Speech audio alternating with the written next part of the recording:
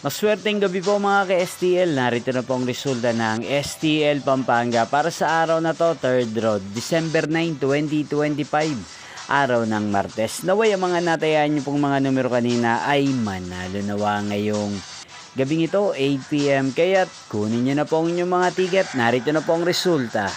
Ang mga numerong nanalo sa STL Pampanga ngayong gabing ito, December 9, 2025.